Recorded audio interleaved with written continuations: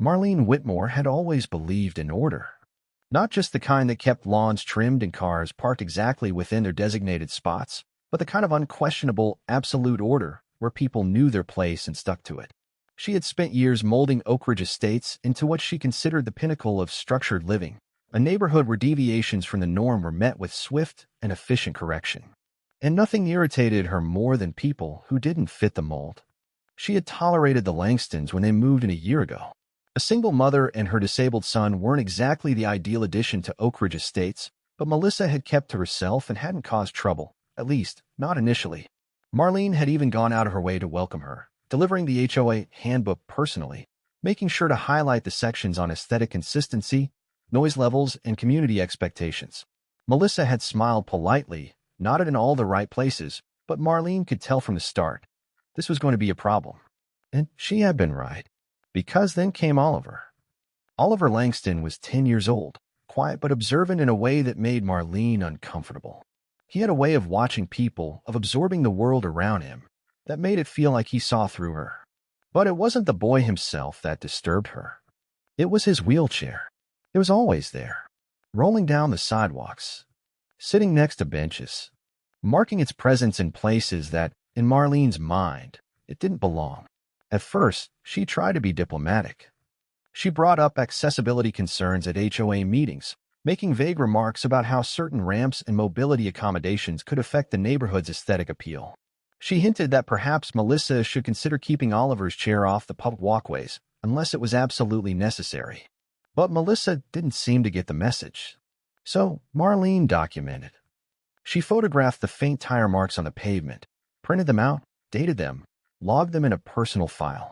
She spoke to neighbors in carefully curated whispers, expressing concern over the increased wear and tear on the sidewalks, how other children might trip over the small ramps Oliver used to navigate curbs.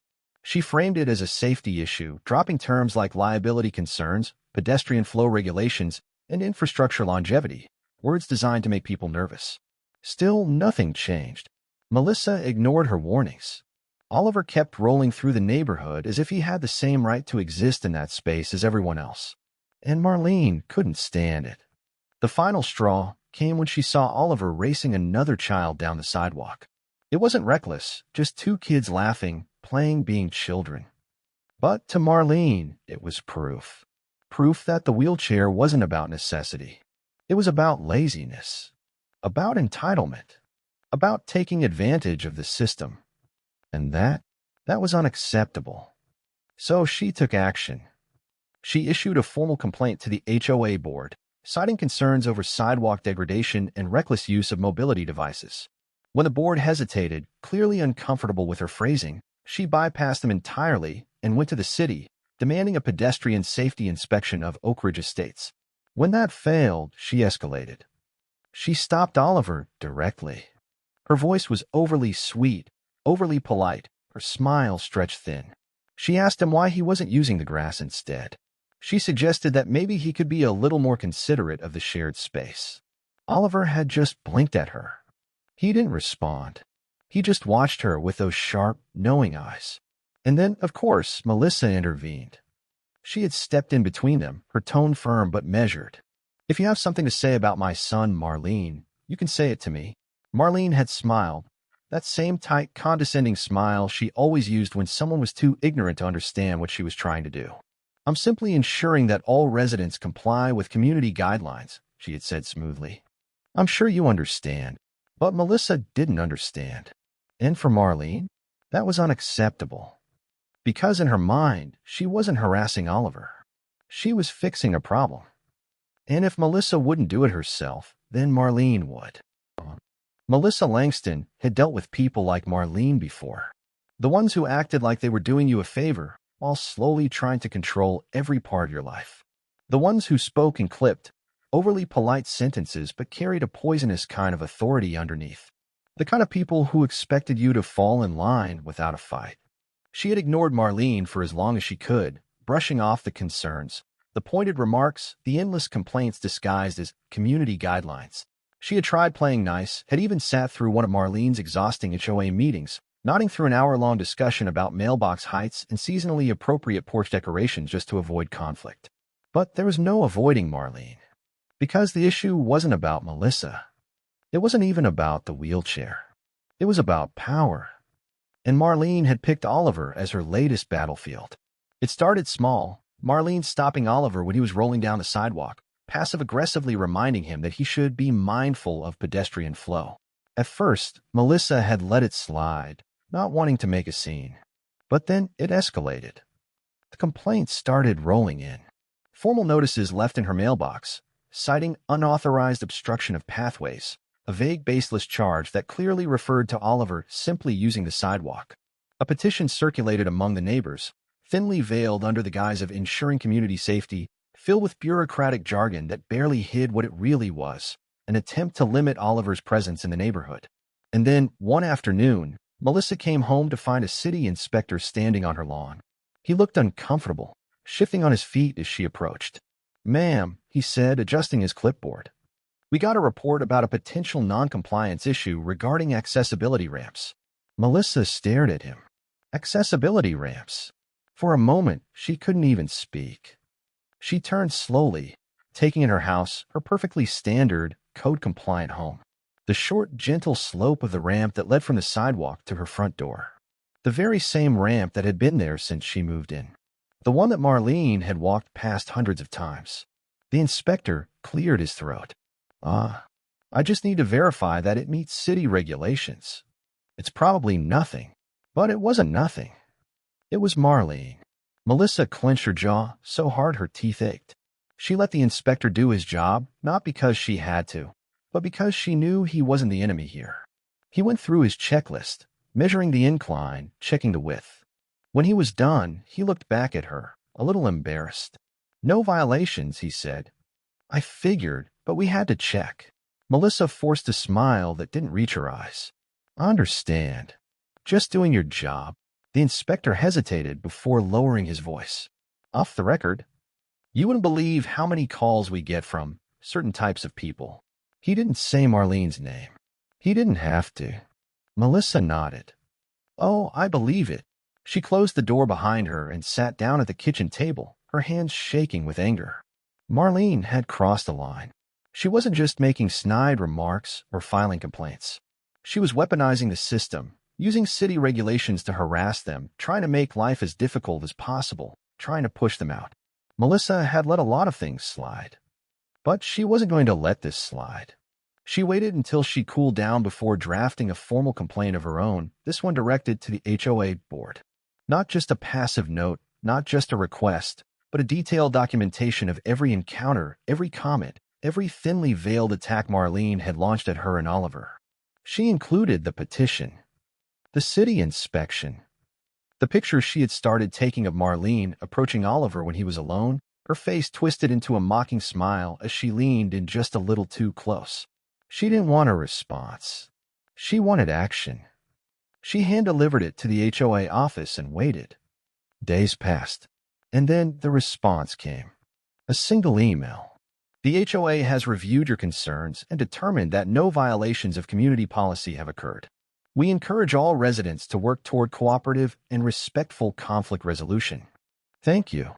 That was it. That was all they had to say. Melissa stared at the screen, stunned, then laughed. A sharp, humorless sound that echoed through the kitchen. Marlene had won again. Because it had never been about rules. It had never been about compliance. It had always been about who had the power. And as long as Marlene controlled the HO, she could get away with anything. Melissa slammed the laptop shut. Fine. If the HO wouldn't help her, she would handle this herself. And she wouldn't play nice anymore. Marlene had no idea who she was dealing with. For weeks, she had pushed, waiting for Melissa to break, for her to snap and lash out, because that's what people like Marlene thrived on. Control. Predictability. Fear. She had seen it 100 times before. People giving up, people backing down, people realizing it was easier to comply than to fight. But Melissa wasn't breaking.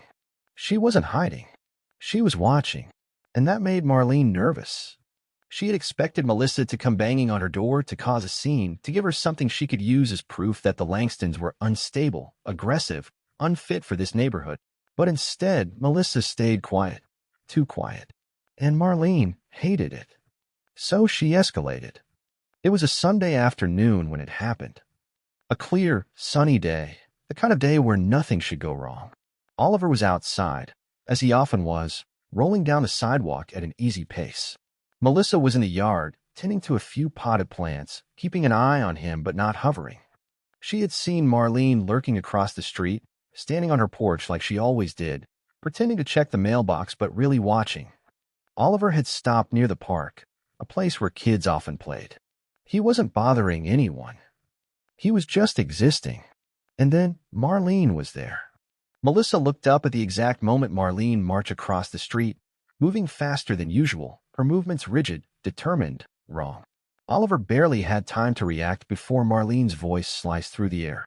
"Young man," she snapped, standing over him, her arms crossed tight over her chest.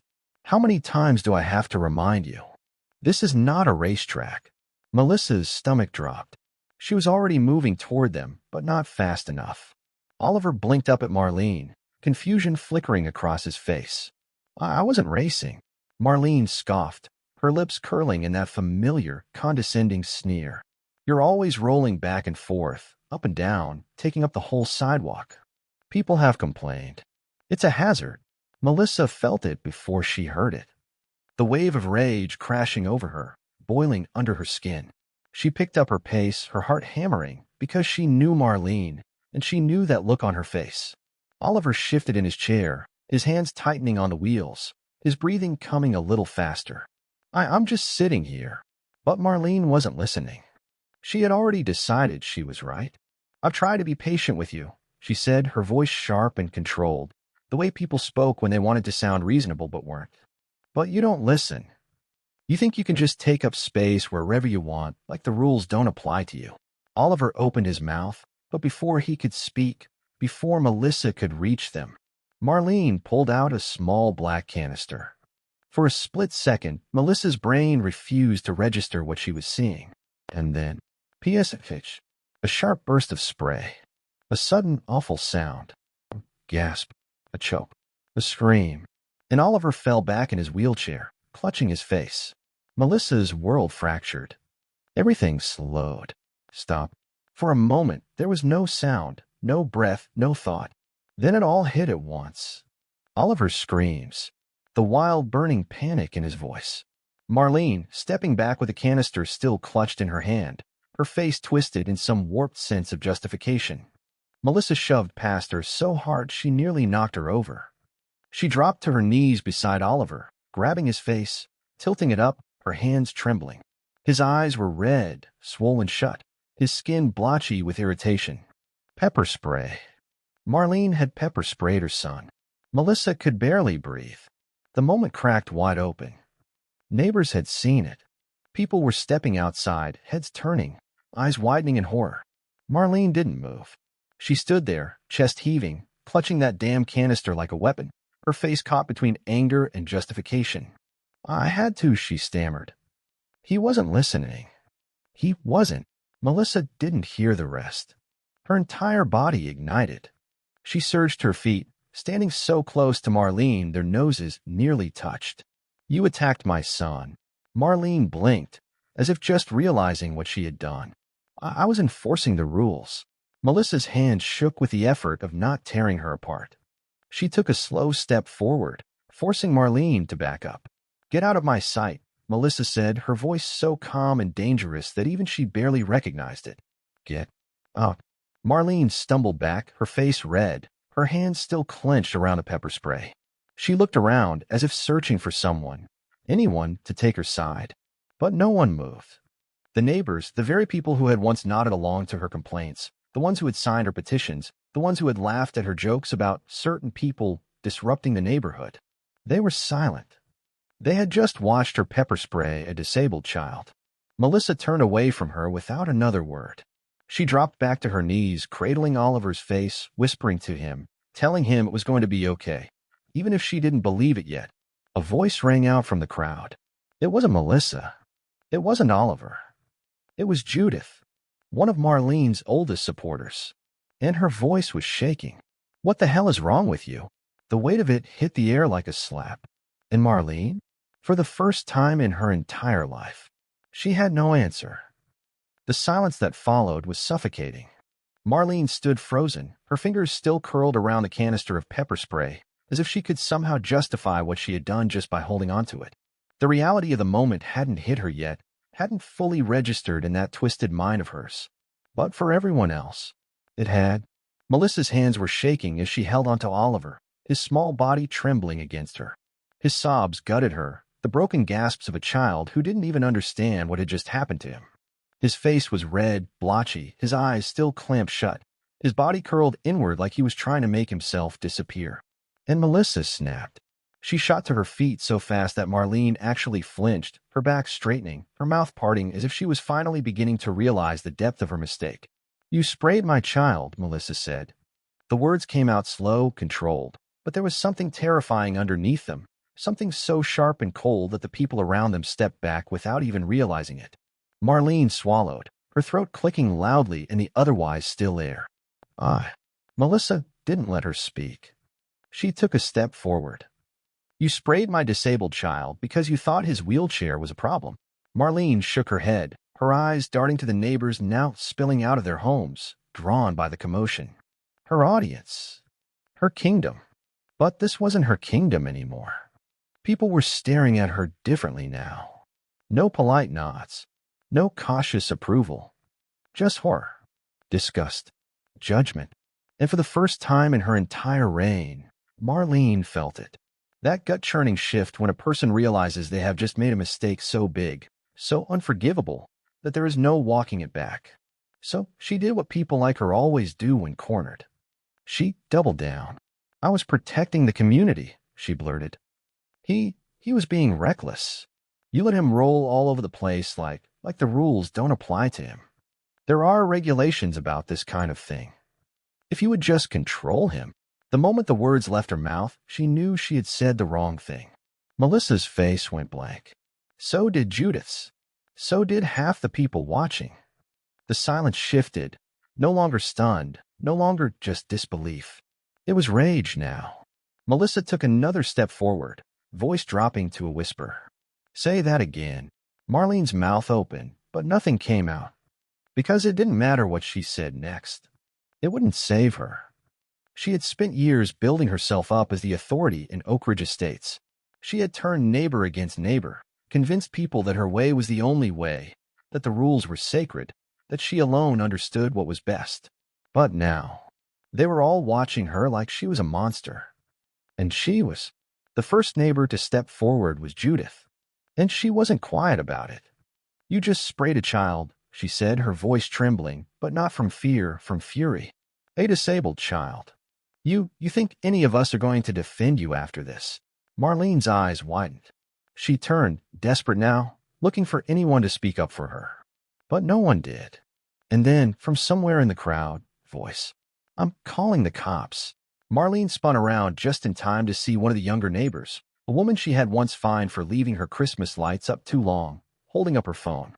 And this time, there was nothing Marlene could do to stop it. "No," she breathed. "Wait. Just wait a second." But nobody was listening. They were done listening to her. And that realization broke her. Marlene took a shaky step back, her grip on the pepper spray loosening. I was just trying to enforce." But she couldn't even finish the sentence. Because deep down she knew. This wasn't about enforcing rules. This was about her. Her power. Her control. Her belief that she could do anything and no one would ever stop her. And now, the world was crashing down around her. Melissa wasn't looking at her anymore. She was back at Oliver's side, pressing a damp cloth against his face, whispering to him, calming him, her hands still trembling with rage. The police would be here soon. Marlene could hear the whispers now, the shifting of feet, the quiet, urgent murmurs of neighbors who had witnessed the entire thing and were already preparing their statements. There was no talking her way out of this. And for the first time in her life, Marlene Whitmore had no control over what happened next. Marlene had spent years perfecting her ability to manipulate people.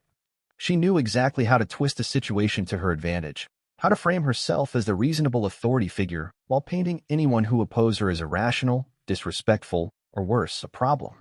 But this time, There was no saving herself. She had gone too far. The flashing red and blue lights bathed the street in a harsh glow, their pulsing reflections bouncing off the nearby houses.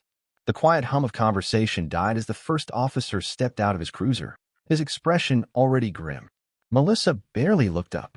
She was still kneeling next to Oliver, her hands gentle but firm as she wiped his face, whispering soft reassurances that everything was okay, even though both of them knew it wasn't. His breathing had evened out, but his face was still red and raw, his eyelashes clumped together with tears and pepper spray. The officer's gaze landed on the scene, his frown deepening. "We got a call about an assault." That word, assault, made Marlene's stomach lurch, because that was exactly what it was. But she wasn't ready to admit that. She pushed forward, her breath short and panicked, her voice trembling in just the right way to sound like a victim.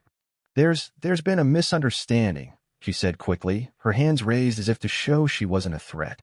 "I was just—" Melissa's head snapped up. "You pepper-sprayed my son." The words cut through the night like a blade, sharp, deliberate, lethal. The officer's attention shifted, his eyes narrowing as he looked at Oliver.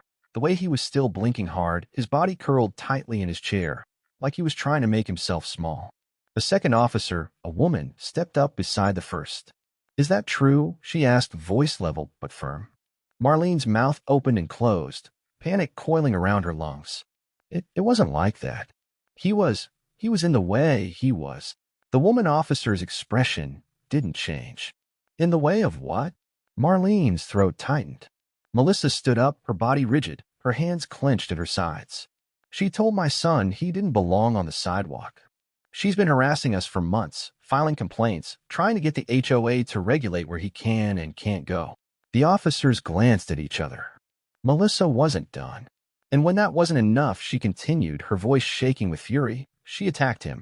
A sharp intake of breath rippled through the gathered neighbors. No one interrupted. No one spoke up for Marlene. They were letting her drown. The first officer turned back to Marlene. "Ma'am, do you have the pepper spray on you?" Marlene hesitated. For the first time in her life, she had no exit strategy. No board members to back her up. No thinly veiled rules to twist in her favor. No loophole to exploit. Her hands were empty, and that terrified her. "Ma'am," the officer repeated. "The pepper spray." Her fingers curled at her sides. I was defending myself. He was. Judith's voice rang out from the crowd. "He was 10 years old, sitting in a wheelchair, Marlene." Marlene flinched. She turned, her eyes wild now, darting across the faces of the people she had ruled over for years. The ones who had once listened to her, feared her, obeyed her. But not tonight. Tonight, they looked at her like she was nothing.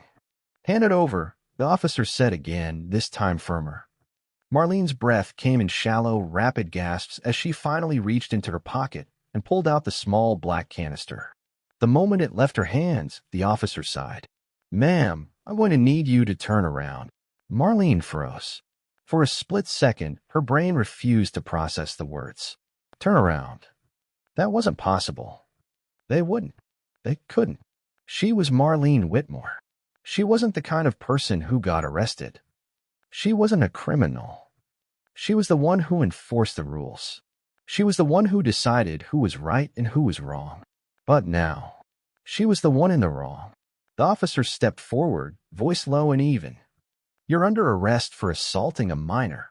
Marlene's legs wobbled. She barely had time to react before her arms were pulled behind her, the cold, unforgiving metal of the handcuffs snapping around her wrists. The collective gasp from the neighborhood was almost deafening. Somewhere, someone started recording. The snap of a phone camera, the quiet but rapid tapping of texts being sent. The entire neighborhood had just watched their once untouchable HOA queen get taken down. And Marlene? She could barely breathe. "I was just—" Her voice cracked, but the officers weren't listening. They were done listening. Melissa stood still as stone, watching with cold, quiet fury as Marlene was led toward the squad car. For a moment, their eyes met, and Melissa smiled. Not out of joy, not out of vindication, but out of certainty. Because for months, Marlene had tried to make her believe that she couldn't win. That Marlene would always have the upper hand. That the rules would always protect her. But not anymore. Not tonight. Tonight, Marlene was the problem. And tonight, she was the one paying the price. The squad car door slammed shut. The HOA had just lost its queen, and Oak Ridge Estates would never be the same again. The morning after Marlene Whitmore's arrest, Oak Ridge Estates felt different. For years, the neighborhood had lived under her silent tyranny, shaped by the fear of her relentless enforcement, her weaponized bylaws, and the constant threat of petty retaliation. But now, for the first time in a decade, there was something in the air that hadn't been there before. Relief. People walked their dogs without glancing over their shoulders, without wondering if an HOA violation would be waiting in their mailbox by the afternoon. The kids played in the streets without whispers of disapproval from neighboring porches. Houses that had been locked down by fear of citation suddenly had jack-o'-lanterns on porches, welcome mats that weren't approved, and colorful potted plants that had once been out of regulation. But Marlene wasn't there to see it. She was sitting in a holding cell, her head in her hands, trying to make sense of how everything had spiraled out of control. Her entire world had collapsed in a matter of hours. She had always believed that the rules protected her, that no matter how far she pushed, no matter how many complaints she filed, no matter how much she harassed people under the guise of upholding community standards, she would always be untouchable. But rules only worked when people feared them. And last night, she had crossed a line even she couldn't rewrite. The moment the officer read her Miranda rights, the moment the handcuffs clicked around her wrists, the moment she was shoved into the back of the squad car, she had felt it. The shift, the loss of control. And now there was no coming back. Marlene had tried to play it calm when she was taken in, had tried to compose herself, insist that this was all a misunderstanding, that she would have her lawyer handle everything. But the moment she was processed, the moment she was told to sit and wait, the reality crashed down on her. There was no phone call to the HOA board. No carefully worded violation notice to get herself out of this. No meeting to justify what she had done. The woman who had once controlled an entire neighborhood was now just another name on a police report. And then, the real humiliation began. A news headline hit the internet before sunrise. HOA president arrested for pepper spraying disabled child. The story had spread like wildfire. Local news stations picked it up within hours. The next-door forums were ablaze with residents discussing what had happened, sharing videos, talking about how they had been waiting for this day for years. By the time Marlene was finally released on bail, she already knew. Her life in Oak Ridge Estates was over. She had spent years building her power, crafting an empire of citations, fines, and bylaws, convincing herself that she was the backbone of the community. But the moment she returned to her house, her perfectly regulated home, the one she had once taken so much pride in, she felt it. The emptiness, the silence. And then she saw it. Her HOA title had already been revoked. A formal email from the board sat in her inbox, the subject line stark and emotionless. Notice of immediate removal from HOA leadership. She clicked on it with shaking hands. Effective immediately, Marlene Whitmore is no longer affiliated with the Oak Ridge Estates Homeowners Association in any capacity. A vote has been scheduled to discuss permanent policy revisions regarding community leadership, enforcement practices, and governance oversight. Thank you for your previous service. That was it. No defense. No negotiation. No acknowledgement of all the years she had ruled this place. The HOA board, the same people who had once nodded along to her decisions, who had backed her up even when she was at her most unbearable, had thrown her out overnight. And as if to drive the point home, she saw something else. A new petition, signed by dozens of residents, calling for a full-scale investigation into HOA abuse of power. Her abuse of power. Marlene's hands curled into fists. It was all falling apart. Her entire legacy, everything she had built, gone. The final insult came a few days later. A letter from the new HOA president. Melissa Langston. The woman she had spent months trying to break was now the one in charge. Marlene's fingers tightened around the paper, her vision blurring. This wasn't just humiliation. This was erasure. She had spent years making the rules. Now, she had to follow them. And there was nothing left she could do. Because Oak Ridge Estates didn't belong to her anymore. It never had. And now it never would. The end.